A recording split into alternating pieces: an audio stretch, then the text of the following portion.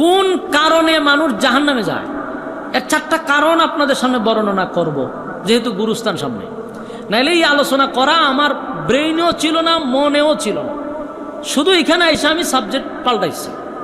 তবে মনোযোগ দিয়ে শোনেন, জান্নাতীরা যখন তাদেরকে প্রশ্ন করছে তুমি জাহান্নামের আগুনে জ্বলো কেন, তারা হয় 4 কারণে।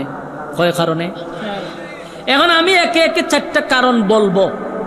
4 কারণ শেষ, আমার ওয়াজও শেষ। কিন্তু আপনারা এখানে যারা বসে রয়েছেন আর যারা দাঁড়ায়ও আছেন, আপনারা 4টা কারণ মিলাইবেন যে 4টা কারণ কার কার মধ্যে আছে। কথা ঠিক না ঠিক? যদি দেখেন এই 4 কারণের মধ্যে 1 কারণ আপনার মধ্যে আছে, আপনি 100% জাহান্নামী। 4 কারণের মধ্যে যদি 1 কারণ আমার মধ্যেও থাকে, আমি 100% জাহান্নামী। কথা কি বুঝতেছেন আমার? এখন 4 কারণ খালি শুনবেন না, নিজের মধ্যে প্রশ্ন করবেন যে আমার মধ্যে 4 কারণের কোন 1 কারণ আছে কিনা। যদি থাকে তাহলে আমি জাহান্নামী। কারণ জাহান্নামীরা নিজেই বর্ণনা করছে যে আমরা এই 4টা অপরাধের কারণে আমরা জাহান্নামে আজকে বসবাস করতেছি, অথচ চলছি একসাথে, ঘুরছি একসাথে, কিন্তু তুমি জান্নাতি আর আমি জাহান্নামে। কথা কি বুঝেন? আসেন আমরা 4টা কারণের মধ্যে প্রথম কারণটাকে একটু জানার চেষ্টা করব। জাহান্নামীরা তখন একে একে 4টা কারণ বলতে লাগলো। প্রথম কারণ, ক্বালু লাম নাকু মিনাল মুসাল্লিন।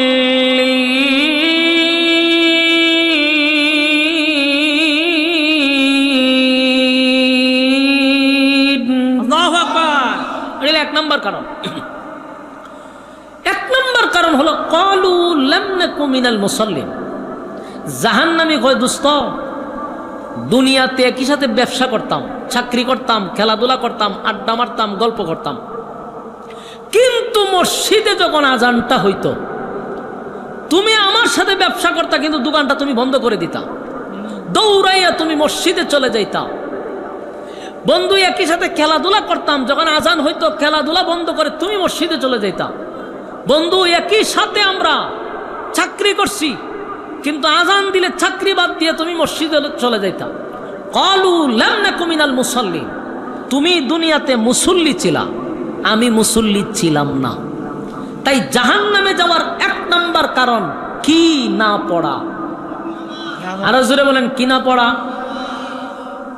এখন 4 কারণের 1 কারণ বললাম।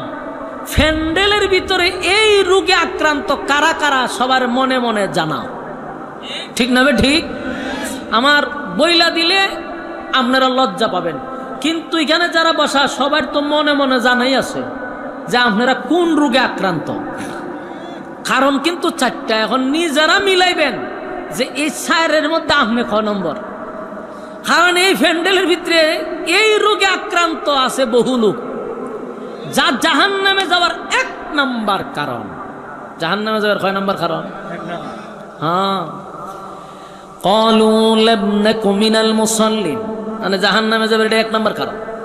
তাহলে আমরা এখানে যারা বসছি আর দাঁড়াইনা ফাটি যারা, হেরাও জানে যে এই রোগে আমরাও আক্রান্ত। তাহলে জাহান্নামে যাবার 1 নম্বর কারণ সিগনাল আপনাদের কান পর্যন্ত পৌঁছে গেছে, ঠিক না? মহিলা যদি ডাইনে বামে তা হেরার খানত তো গেছে, ঠিক না? ঠিক। তাহলে জাহান্নামে যাওয়ার প্রথম কারণটা কি?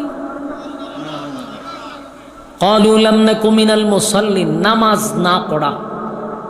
আমাদের মধ্যে অনেক বন্ধু বান্ধব আছে না নাই? একই সাথে ব্যবসা করে, এক বেচারা দোকানটা বন্ধ করে টাস করে গেছে মসজিদে, হে বসে রয়েছে। এই লোকটাই হাসরের মাঠে বলবে, আমি মুসল্লি ছিলাম না, তুমি মুসল্লি ছিলা। তাই আমার আসার 1 নম্বর যে কারণটা, এটাই নামাজ। আউয়ালু মা ইউহাসাবু বিহিল আবদু ইয়াউমাল কিয়ামাতিস সালাহ। আমার যুবক ভাইরা, কিয়ামতের কঠিন ময়দানে সর্বপ্রথম যে হিসাবটা হবে, এটা হবে নামাজের। কিসের? নামাজের হিসাব হবে। এই প্যান্ডেলের ভিতরে বহু মানুষ এই রোগে আক্রান্ত আছে না নাই? তাহলে আমার স্পষ্ট বক্তব্য, 1 নম্বর কোন ক্বালু লাম নাকু মিনাল মুসাল্লিন, নামাজ না পড়া। আজকে আমরা এই ওয়াজ শোনার পরে, আমরা এখানে ওয়াজ শোনার পরে এখন তো জানতে পারছেন যেটা কয় নম্বর কারণ। এখন কি খামুই করবেন? আজান দিলে বসে থাকবেন? আজকের থেকেও যদি ফ্যান্ডেলে বসে নিয়তটা করে লান যা হইবার হইছে। আজকে তো শুনছি যে জাহান্নামে যাবার প্রথম কারণ রইল নামাজ। আজকের থেকে মসজিদ যেহেতু এখানে আছে, আমি মসজিদে আইসা 5 ওয়াক্ত নামাজ পড়বো ইনশাআল্লাহ। এখন থেকেও যদি নিয়ত করেন, অতীতের গুনার জন্য আল্লাহর কাছে লজ্জিত হন, তাহলে আল্লাহ মাফ করে দিবেন। তবে এটা নিয়ত করতে হবে। এটা হলো 1 নাম্বার কারণ। কারণ নামাজ এমন একটা ইবাদত, এটা সমস্ত ইবাদতের মা, সমস্ত ইবাদতের মূল। এই নামাজ সমস্ত ইবাদতের মূল। আল্লাহর রাসূলের ইন্তেকালের সময় আপনি একটু লক্ষ্য করে দেখেন, জীবনের শেষ সময়টা তো কিন্তু নবী স্ত্রী সন্তানের কথা বলে নাই, বলছে কিন্তু নামাজের কথা। সুবহানাল্লাহ, সুবহানাল্লাহ। মালাকুল মউত আজরাইল যখন নবীর সামনে বসা, তখন নবী নামাজের কথা বলে গেছে। সুবহানাল্লাহ আছে। আমার যুবক ভাইরা, জীবনের শেষ সময়টা তো কিন্তু নবী নামাজের কথাই বলছে। ক্বালু লাম নাকু মিনাল মুসাল্লিন, 1 নাম্বার হলো নামাজ না পড়া। আমার যুবক ভাইরা, তাই জাহান্নামে যাওয়ার 1 নাম্বার কারণ নামাজ না পড়া, নামাজ না পড়া। আজকের এই মাহফিল থেকে যদি আমরা নিয়ত করি যে আজকের থেকে আমরা 1 নাম্বারটা আমরা মেনে চলবো, নামাজ বাদ দিব না, তাহলে কি আর জাহান্নামে যাবেন? 2 নাম্বার হলো ওয়ালাম নাকুনু তুইমুল মিসকিন।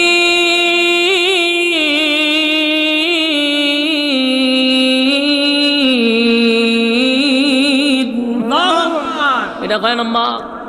ওই যে 1 নাম্বার ফাটি যাইতে জায়গা দেখছেন নি, যারা নামাজের কথা বলার পর উঠছে, এরা এই রোগে আক্রান্ত। এই রোগে আক্রান্ত ওয়াজ করার পরে এরা উঠতো কা, লক্ষণ খারাপ, ঠিক না? ঠিক। এখন যারা উঠে ছায়া বুঝবেন, এরা এই রোগে আক্রান্ত।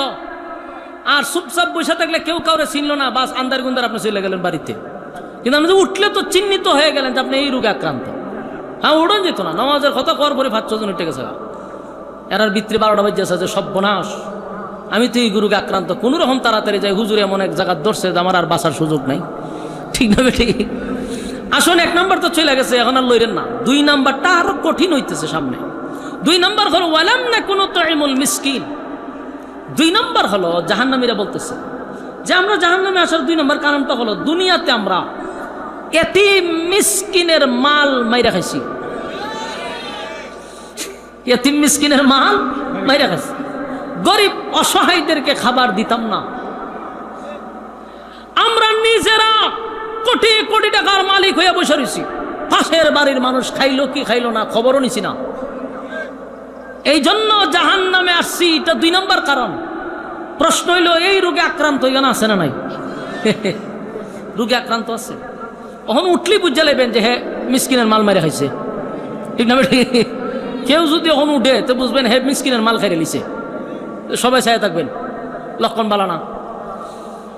এতিম মিসকিনের মাল যদি কেউ মাইরা খায়, জাহান্নামে যাওয়ার এটা 2 নাম্বার কারণ। আমাদের দেশে বহু মানুষ আছে, মক্কায় গিয়া নাম পালাইছে হাজি, দেশ আইসা আগের মতো ফাজি। ঠিক না বেঠে? বছরে কয়েকবার উমরা মারে, পাশের বাড়ির মানুষটা না খাইয়া মরে। হাজি সাহেব একদিন খবরও নেয় না। এরকম হাজি আছে না নাই? আরে নামের আগে দিয়া যদি হাজি লাগানো না হয়, মেজাজটা গরম করে ফালায়। লক্ষণ ভালো না, হজ করছে এটা লোক দেখানোর জন্য। এমন বহু হাজি যখন আল্লাহর সামনে গিয়া দাঁড়াইব, মালিক বলবে বান্দারে হজ তো আমার জন্য করস নাই, হজ করছিলি তোরে হাজি লাগানোর জন্য। মানুষ তোরে হাজি হাজি বইলা ডাক দিস। দুনিয়ার মানুষের কাছে যা পাওয়ার তুই পাইলি, আমার কাছে তোর পাওয়ার কিছু নাই। আর আমি আল্লাহ তোরে ধন সম্পদ দিলাম, কোটি কোটি টাকার মালিক বানায়া দিলাম। এত টাকার মালিক হওয়ার পরেও পাশের বাড়ির মানুষটা খাইলো কি খাইলো না, এই খবরটা তোমার লওয়া দরকার। কেন? কারণ আমি আল্লাহ যে তোমার ধনী বানাইলাম, তোমার টাকা দিলাম, পয়সা দিলাম, সম্মান দিলাম, মর্যাদা দিলাম। তুমি পাশের বাড়ির মানুষ খাইলো কি খাইলো না, এটা দেখা তোমার দায়িত্ব। যদি কিয়ামতের কঠিন ময়দানে গরিব মানুষ আপনার আল্লাহর আদালতে আপনার নামে নালিশ করে, আল্লাহ আমি না খাইয়া ঘুমাইলাম, তার বাড়ির কুরমা পোলাওয়ের গন্ধে আমার রাতের বেলা ঘুম হয় না।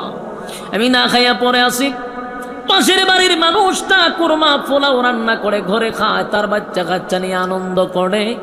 আমার বাচ্চাগুলি না খাইয়া ঘরে ঘুমায়। আল্লাহর কাছে যদি বিচার দিয়া দেয়, ধনী ব্যক্তি আটকা পড়ে যাবে। আমার যুবক ভাইরা, তাই আপনাদের কাছে আমার একটা নসিহত হলো, এই যে 2 নাম্বার কারণ, ওয়ালাম নাকুনু তুইমুল মিসকিন, এটা তো একটা খাবার দেয় না, আর একটা হলো মিসকিনের মাল মাইরে খায় যায়, এরকম আছে না? আর মিসকিনের মাল বেশি মাইরা খায়, চেয়ারম্যান মেম্বার একটু বেশি খায়, এমপি মন্ত্রী আর একটু বেশি খায়। এখন এটা আপনাদের এলাকার কথা বলতেছি না, আমার মাইন্ড কইরেন না যে হুজুর আমরার এলাকাতে কইছে, আমার এলাকা কইছে, আর কোনো অসুবিধা আছে? এখন বেশিরভাগই কাজটা করে, সব চেয়ারম্যান নয়, বুজুর্গ চেয়ারম্যানও আল্লাহ দুনিয়াতে রাখছে, কিন্তু খারাপও আছে। এমন ভাবে তারা খায় যে বিধবা ভাতা পর্যন্ত মাইরা খায় আলাদা, হ্যাঁ, গম চাল এগুলা মাইরা খায়।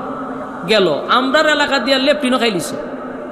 ওই যে সরকারি বাথরুম আছে না, ওই যে লেফটিন, যে কি কন আপনারা, বাথরুম তো আমরাও হই, আর যেগুলারে টিন দিয়া বানায় স্যানিটারি দিয়া, সরকারি যেটা দেয় কি, এটা লেফটিন হয় আমরা এলাকাতে। আপনারা কি কম স্যানিটারি লেফটিন, এগুলা সরকারি ভাবে আসে গরিব গুড়ারে দেওয়ার জন্য। 10টা আইসে আমরা এলাকায় এক জায়গায় মনে করেন, এর মধ্যে 6টা দিছে, 4টা মাইরা লিছে, 4টা মাইরা খাইলিছে। এরপরে শেষে চিন্তা করলাম যে লেফটিনও আমরা দেশে খায়, কতটা নির্লজ্জ বেহায় হইলে লেফটিন পর্যন্ত ছাড়ে না, এটাও খায় না, ঠিক না বেটি? বলুন, এটা হলো গরিবের হক। এটা যদি আপনি মাইরা খান, জাহান্নামে যে যাইবেন, এটা কারণ কয় নাম্বার? 2 নাম্বার। খাইছেন তো সরকারি মাল মনে কইরা, কিন্তু এটা এতিমের হক আছিল, আপনি মাইরা খাইলিছেন। আমি একবার আমাদের এলাকায় এক দোকানে আমি বসা, দোকান বুঝেননি, ওই যে টঙের দোকান, ফান টান বিক্রি করে, আমি বসে রয়েছি। আমি গেলে আমার একটা চেয়ার দেয়, বসি, কত তার সাথে কথাবার্তা বলি। এটা অনেক আগে, তখন আমি, এখন তার দোকান টাকানে আমি বসি না, তো এটাই আগে বসতাম। তা আমি একদিন দোকানে বসে দেখি ইউনিয়নের সামনে ওই যেটারই কি কয় আপনারা চিনবেন, চৌকিদার চিনেননি? হ্যাঁ, চৌকিদার একটা পোশাক